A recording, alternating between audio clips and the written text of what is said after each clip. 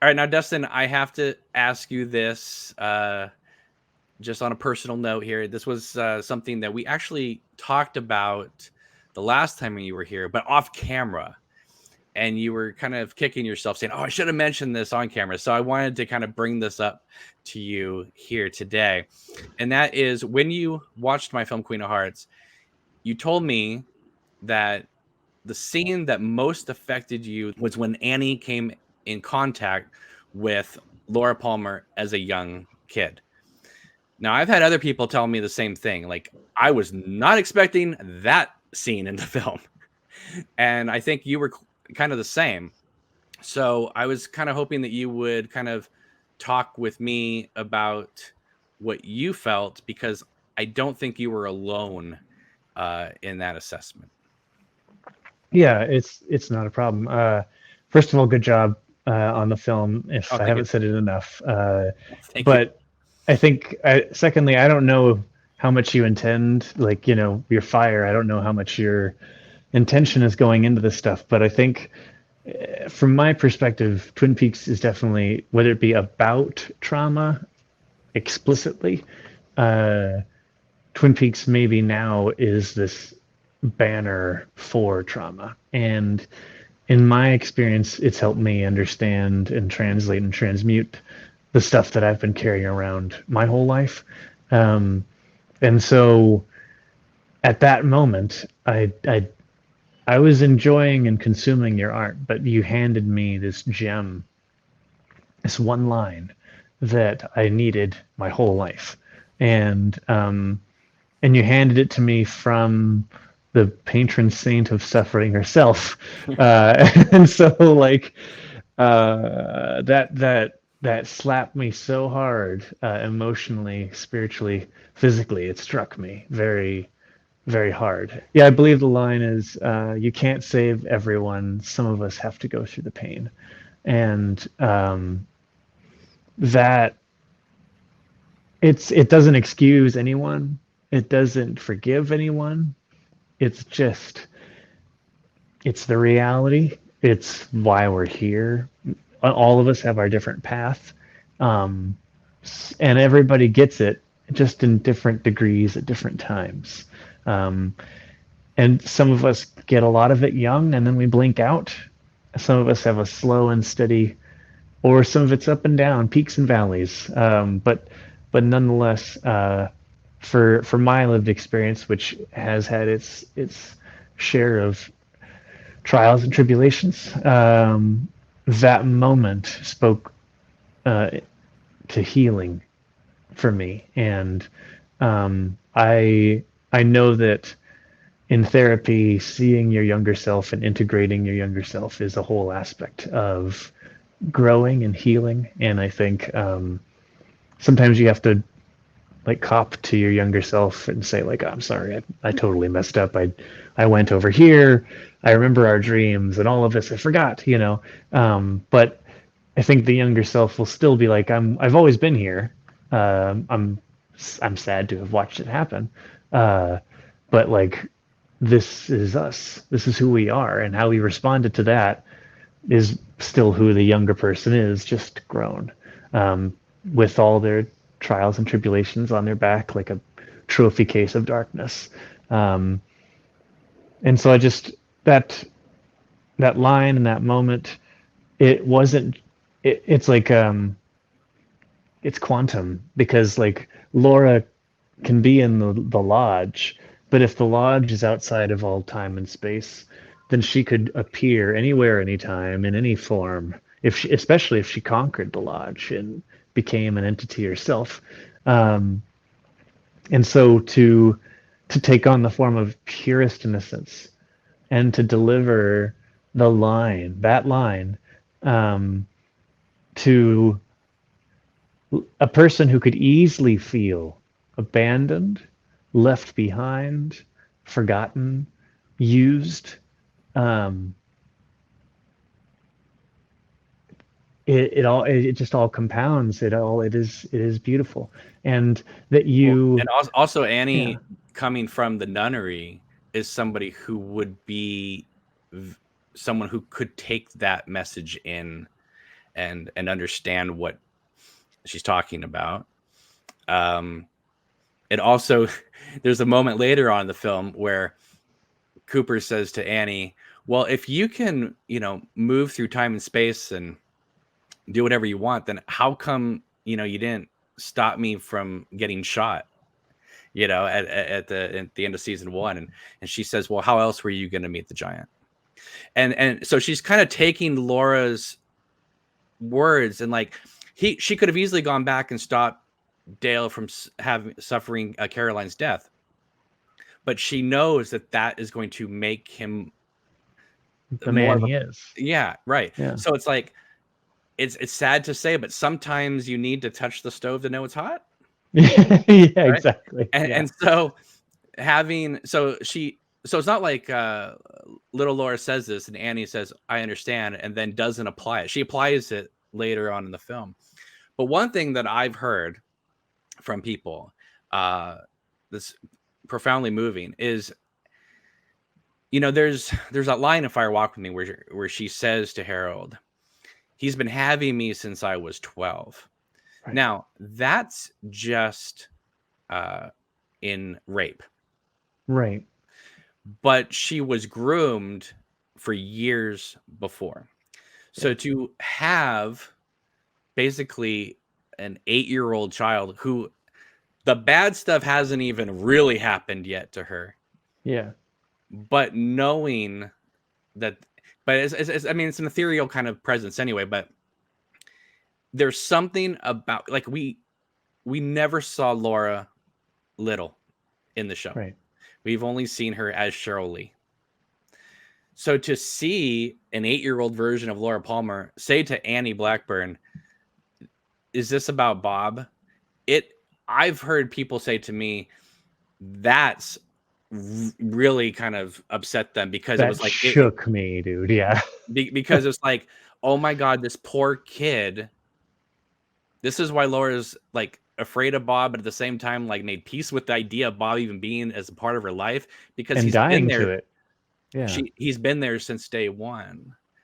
And that's one thing that I think surprised people. They didn't expect to see that in the film, nor do I think that anyone's really thought about that, at least in a visual way. I've never seen that depicted, Laura Palmer as a little kid, before. Like, could you imagine like little Laura running around going to I don't know, kindergarten and wanting to snort all the glue, and then there's the high schoolers, like it just Laura been one of those young girls that put glue on her arm and then scratched it to give herself the dead skin,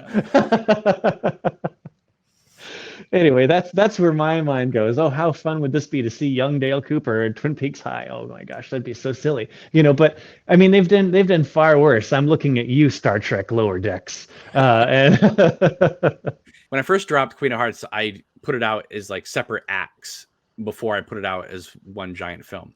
And so you're going through Act 1 and 2 and 3. But when you get to Act 5, that's when you get Laura as a little kid and Dale Cooper as a little kid. And I think that alone just kind of took people back too, because they weren't expecting kids in this thing. Right. And the idea that if Annie knew Laura as a kid and Dale as a kid, then that kind of explains this kind of connection that they all seem to have with each other. I mean, Laura is not afraid when she sees Annie in the bed with her in Fire Walk With Me. So the implication is either Laura is completely stoned out of her mind, which even someone like that would be like, why is there a dead girl in my bed? Yeah. But the feeling is that, oh, it's Annie. She's here. So I just kind of took that and said, well, yeah, it probably makes sense that they would kind of know of each other. And so at the end of Queen of Hearts, when they're all together outside the Palmer house, they're all looking at her like, what are you doing here? And I thought that would just be kind of a fun thing.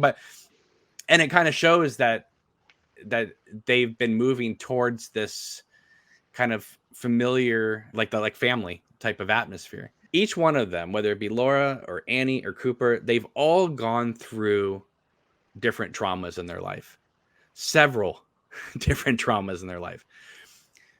But one of the things I was kind of hoping that people got from the ending, besides the fact that it was kind of cool to go a couple minutes past season 3, was the idea that you can bond with other people and collectively kind of be the yin to their yang and help each other through their trauma, and they can help you through your trauma, and together you can move as one. Yeah. And not always be looking over your shoulder the whole time, looking Yeah. back at your past. You can move forward collectively as a single unit without ignoring the individual parts. There's still Annie, there's still Cooper, there's still Laura or Carrie or whatever, but when you put them all together, you can't penetrate that. So while people have said to me like, oh, I always felt like the end of Queen of Hearts is a cliffhanger, I mean, I guess it kind of is a little bit, but I always wanted to be more emotional conclusion of like, well, it doesn't matter what happens next. What happens is that they have now all found each other and they can act as a family. Because I mean, if you look at just taking Twin Peaks alone, sometimes who you have in your life that are not your family becomes your family. Yeah. Right, like when Sheriff Truman indoctrinates Cooper into the Bookhouse Boys. From now on, you're one of us, right? Yeah. I mean, Cooper's reaction is not something that I think he would even show at home when he says, "Harry, I'm beside myself." Right. I don't know. I know that every creative puts their belief system into their art, whether they know it or not. I know that Lynch does this. And I know that he's kind of preaching a little bit about transcendental meditation. And I know that you wouldn't go out of your way to particularly preach one or any particular denomination, but that's the lens I'm going into it with. And so what I saw was a lot of spirituality, but it wasn't devoted to one school of thought. And so especially that ending, there's multiple. I looked at it. There's so many ways of looking at it, but the coming home is the whole thing, but also coming to banish evil as this task force. This like, yeah, we're gonna go in there. We're gonna kick its ass. Like it just, Ghostbusters. I had one person watch it and then say, "So you basically turned them into Lynch's The Avengers," and I was like, well. But if you follow, I know this sounds ridiculous, but if you follow the logic of where the story is going, that's kind of like where we're heading. The idea that there are all these people who all have pieces of the puzzle, but when you put them together, they're going to have, the key. I always kind of look at it as you're the happy ending. Like for what we know, season 2 and The Return, they're both like they're looking at the audience and saying, you done messed up, kid. Like, and you feel it and it hurts. And then you walk away going, what did I just do? Did I hurt? Ow! It doesn't, and it's just a TV show, is it? Like, I don't know. But like no other TV show puts a knife in you like Lynch does at the end of it, and you are like, let me take the knife out. We're all here. It's okay. It's fine. It's just like but I'm not ignoring the knife. I'm saying that like, okay, there's the knife, but now what do you do once the knife has been stabbed? Yeah, I guess. I don't know if like I said, I felt like at the end of Queen of Hearts, I had a healing experience, and especially with that task force and the light and everything. It's like, no, we've done the work rather than being trapped or caught in this alternate reality, this darkness. That was I have to tell you, that was my kitchen sink ending, basically. I was like, okay, we have them outside the Palmer house, which was set up at the end of The Return. Yeah. But I was like, okay, we're going to have the Alice Truman character there, and then we're going to have the woodsman there, and we're going to have Laura take her face off, and we're going to have the frog moss there. And just when people are going to be like, this is absurd and ridiculous, the movie's over. There was a filmmaker a long time ago that said, you can tell all these horrible, terrible stories, but what do you do with that? And maybe back when I was 15 or 16, I'd be like, yeah, let's leave them dark and bleak. But then there's another part of me that says, no, I mean, if you can give people a little bit of hope, it's okay. And the reason why I thought it was okay to do that in Queen of Hearts, besides my own I guess, outlook on things, was that if you look at the end of Eraserhead, it's a dark ending, but Henry is reunited with the lady in the radiator. So it's kind of bittersweet. The Elephant Man, John Merrick dies, yes, but he's reunited with his mother, and it's very beautiful and poetic. Yeah. Paul Atreides brings, kind of Dune. Is the rain comes and Blue Velvet, happy ending. Wild at Heart, happy ending. Sailor and Lula get back together. At the end of the book, they break up. Lynch changed it and had him go back to her and sing her "Love Me Tender" at the end of the book. When he walks away from her and she's like, "Sailor, come back." That's the end of the book. So he doesn't get punched in the face. He doesn't get none of the that. Wizard of Oz ending. Okay. No, Yeah. and Lynch said, "I am not doing this for commercial reasons. I'm doing this because I cannot let the audience go home with Sailor and Lula not being together." Yeah. So he called up Barry Gifford and he said, "I know there are other stories in this series. Do Sailor and Lula ever get back together?" And he says, "Yes." And Lynch goes, "Okay, thank you. I don't need to know how, but thank you, because now I know I can do that." Yeah. Right? Okay. Fire Walk with Me. Tragic, sad, what happens to Laura Palmer, but he leaves us with the angel image, with that beautiful Voice of Love music by Badalamenti. Okay. Lost Highway is like one of the darkest endings. But then the Straight Story has a happy ending, right? Yeah. Mulholland Drive, it's dark, but there is sort of like this transcendent kind of feeling. Inland Empire ends with the dance, right? The Return, even though it's a dark ending, the fact that she screams and the light goes out kind of implicates that if the lodges are with the electricity, Laura's ultimately going to blow them out of existence at some point, right? They're going to be extinguished somehow, maybe later down the line, but somehow. So I'm just saying the bulk of David Lynch's works end in a very positive feeling. So I was like, you know what? It's okay then for me to have Queen of Hearts end positively, because if he can end Blue Velvet with that wrapped in a bow ending, I can have it's not a squeaky clean thing where it's like, evil has been vanquished and we saved the day. It's like, no, evil's always going to be there. You got to take a step forward and not just be left hanging in the street wondering what year is this.